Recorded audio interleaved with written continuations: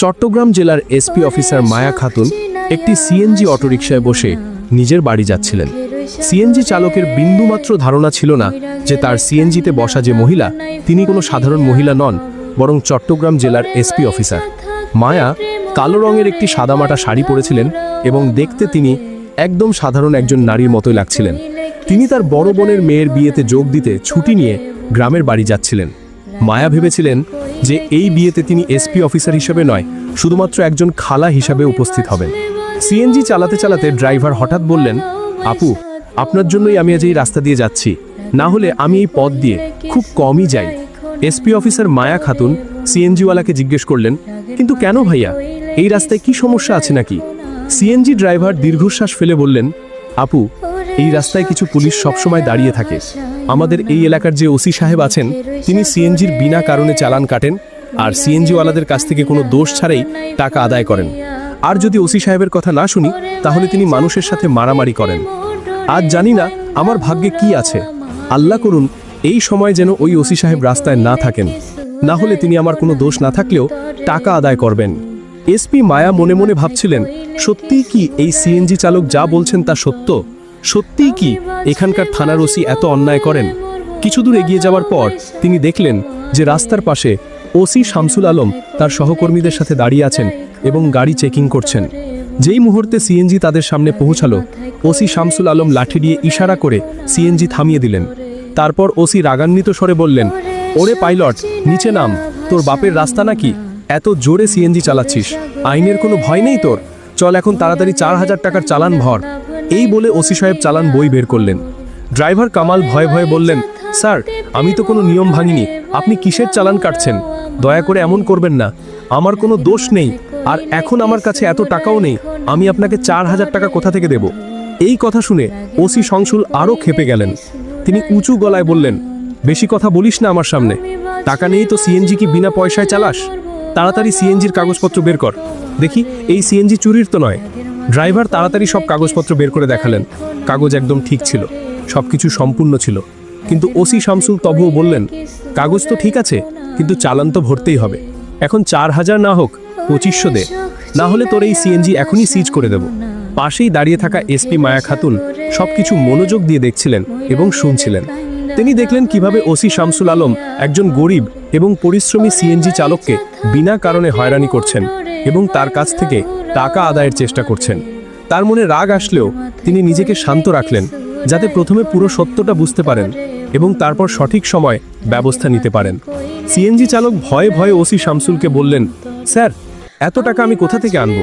এখন পর্যন্ত তো মাত্র 250 টাকার উপার্জন হয়েছে, আমি কিভাবে আপনাকে 2500 টাকা দেব? দয়া করে ছেড়ে দিন স্যার, আমাকে যেতে দিন। আমার ছোট ছোট বাচ্চা আছে, আমি গরিব মানুষ, সারাদিন পরিশ্রম করে পরিবারের খরচ চালাই, আমার উপর দয়া করুন স্যার। কিন্তু ওসি শামসুল আলমের মনে একটুও দয়া আসলো না। তিনি রাগে ফেটে পড়লেন। তিনি চালকের কলার ধরে তাকে খুব মারতে লাগলেন এবং চিৎকার করে বললেন, যখন টাকা নেই তখন সিএনজি কেন চালাস? তোর বাপের রাস্তা যে এত স্পিডে সিএনজি চালাবি? উপরন্তু আমার সাথে তর্ক করছিস? চল তোকে থানার মজা দেখাচ্ছি।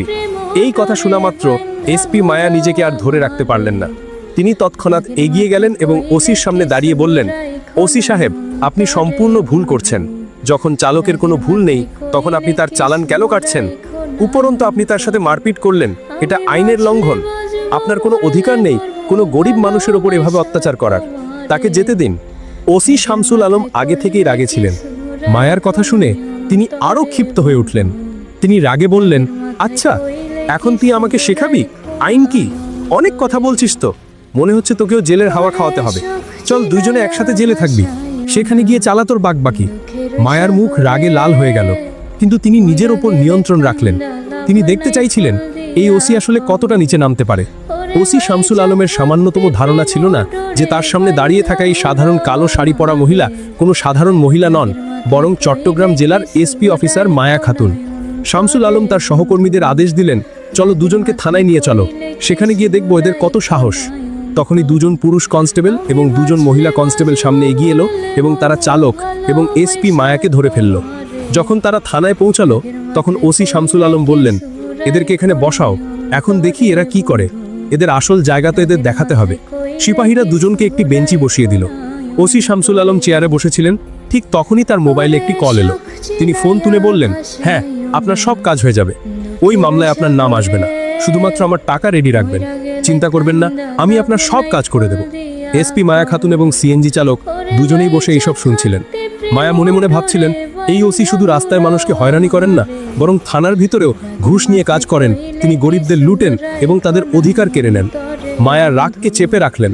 তিনি জানতেন যে এখন তাৎক্ষণিক রাগে কিছু করা ঠিক হবে না। আসল লড়াই প্রমাণ দিয়ে এবং সঠিক পদ্ধতিতে করতে হবে, যাতে পুরো পুলিশ প্রশাসন এবং শহর এটা দেখতে পায়। তিনি ভিতরে ভিতরে পরিকল্পনা করছিলেন কিভাবে এই ওসিকে সবার সামনে উন্মোচিত এবং প্রকাশ করা যায়। পাশে বসা সিএনজি চালক চিন্তিত ছিলেন। তিনি তার বাড়ি এবং সন্তানদের নিয়ে দুশ্চিন্তা করছিলেন। মায়া তার দিকে তাকিয়ে শান্ত কণ্ঠে বললেন, আপনি ঘাবড়াবেন না, এই ওসি আপনার কিছু করতে পারবে না। আমি আপনার সাথে আছি, আমি সব দেখেছি এবং আমি এই ওসিকে উন্মোচিত করব। আপনি নিশ্চিন্ত থাকুন, আপনার কোনো দোষ নেই, আপনি নিরাপদ। আমি কোনো সাধারণ মহিলা নই, আমি এসপি অফিসার মায়া খাতুন। আমি এই ওসির সব অবৈধ কাজের খোঁজ নিচ্ছি, তাই এখন চুপ করে সব দেখছি। তারপর সব পরিষ্কার করে এর আসল চেহারা মানুষের সামনে তুলে ধরব। এই কথা শুনে সিএনজি চালক কিছুটা স্বস্তি পেলেন। তিনি একটা লম্বা শ্বাস নিয়ে বললেন, কি আপনি সত্যি এসপি ম্যাডাম? কিন্তু যখন আমার সাথে এইসব হচ্ছিল তখন আপনি কিছু বললেন না কেন? আমাকে বাঁচালেন না কেন? আপনি কি মিথ্যা বলছেন নাকি আপনি এদের সাথে মিলে আছেন? চালক একটু ভয় পাচ্ছিলেন। মায়া তাকে শান্তভাবে আশ্বস্ত করলেন, না, আমি এদের সাথে মিলিনি। আমি সত্যি এই ওসিকে উন্মোচিত করার জন্য চুপ করে আছি। আমি দেখছি এই ওসি আর কতগুলো ভুল এবং অবৈধ কাজ করে, তাই এখন চুপ আছি। না হলে চাইলে এখনই এই ওসিকে সাসপেন্ড করাতে পারি। আপনি একটু অপেক্ষা করুন, তারপর দেখুন আমি এর কি হাল করি। কিছুক্ষণ পর ওসি শামসুল আলম তার কেবিনে চলে গেলেন। তারপর তিনি একজন সিপাহীকে ডেকে বললেন, ওই সিএনজি চালককে ডেকে আনো। সিপাহী তৎক্ষণাৎ বাইরে গিয়ে চালককে বললেন, স্যার আপনাকে ভিতরে ডেকেছেন। এই কথা শুনে চালক ভয় পেয়ে গেলেন, কিন্তু মায়া তাকে সাহস দিয়ে বললেন, আপনি চিন্তা করবেন না, যা হবে আমি সব দেখব। চালক ওসির কাছে গেলেন। ওসি শামসুল চালককে দেখে হেসে বললেন, দেখ, যদি তুই তোর সিএনজি বাঁচাতে চাস তো তোকে 2500 টাকা তো দিতেই হবে, না হলে আমি তোর সিএনজি সিজ করে দেব। উপরন্তু তুই আমার শত্রুও হয়ে যাবি। পুরো এলাকায় আমার রাজত্ব চলে, আমি যা চাই তা করতে পারি। আমার সাথে পাল্লা দিস না, আমি যা বলছি তাই কর। তাড়াতাড়ি 2500 টাকার চালান ভর। চালকের হৃদয় জোরে জোরে ধরপড় করছিল। তিনি কেঁদে বললেন, স্যার এমন করবেন না, আমার অবস্থা দেখুন, এখন আমার কাছে এত টাকা নেই।